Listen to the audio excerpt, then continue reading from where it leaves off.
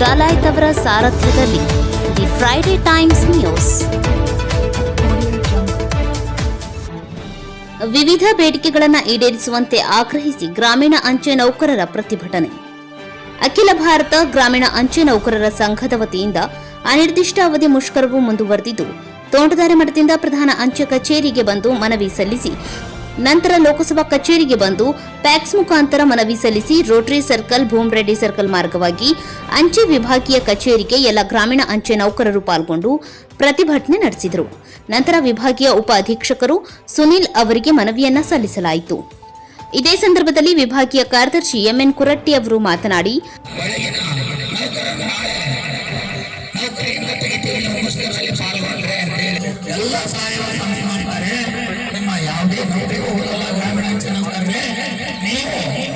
ಕೇಂದ್ರ ಸರ್ಕಾರ ಬರಬೇಕಾಗಿದೆ.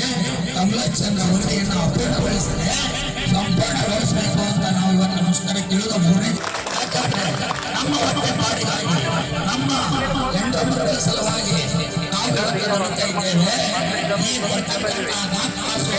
ಈ ಕೆಲಸವನ್ನು ನಾವು ಅವಾಯ್ಡ್ ಮಾಡ್ತಾ ಇದ್ದೇವೆ. ಕೇಂದ್ರ ಸಂಘಟನೆಯ ಬೇಡಿಕೆಗಳಾದ 8 ಗಂಟೆ ಕೆಲಸ ನೀಡುವುದು, ಸೇವಾ ಹಿರಿತನ ಆಧಾರದ ಮೇಲೆ ಗ್ರೇಡ್ ಪೇ ನೀಡಬೇಕು, ಅವೈಜ್ಞಾನಿಕ ಗುರಿಯನ್ನ ನೀಡುವುದನ್ನು ಬಿಡುವುದು ಸೇರಿದಂತೆ ಇನ್ನೂ ಹಲವಾರು ಬೇಡಿಕೆಗಳನ್ನು ಕೇಂದ್ರ ಸಂಘಟನೆಯು ಮುಷ್ಕರವನ್ನು ಹಿಂದೆ ತೆಗೆದುಕೊಳ್ಳುವವರೆಗೂ ಗದಗ್ ವಿಭಾಗೀಯ ಎಲ್ಲ ಗ್ರಾಮೀಣ ಅಂಚೆ ನೌಕರರು ಮುಷ್ಕರದಲ್ಲಿ ನಿರಂತರವಾಗಿ ಪಾಲ್ಗೊಳ್ಳುತ್ತಾರೆ ಎಂದು ತಿಳಿಸಿದರು.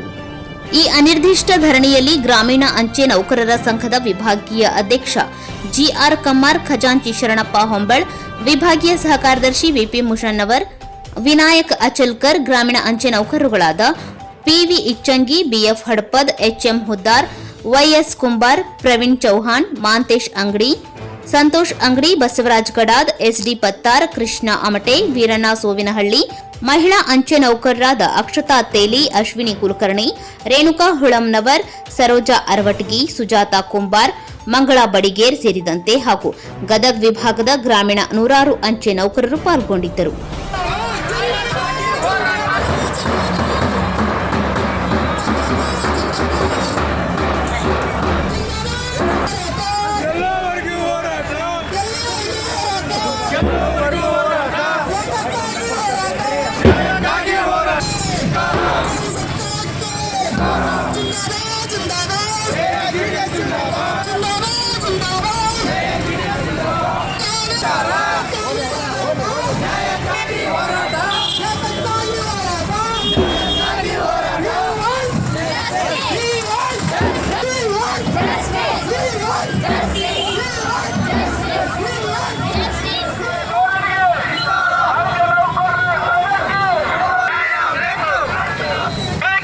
The Friday times news, Gadag.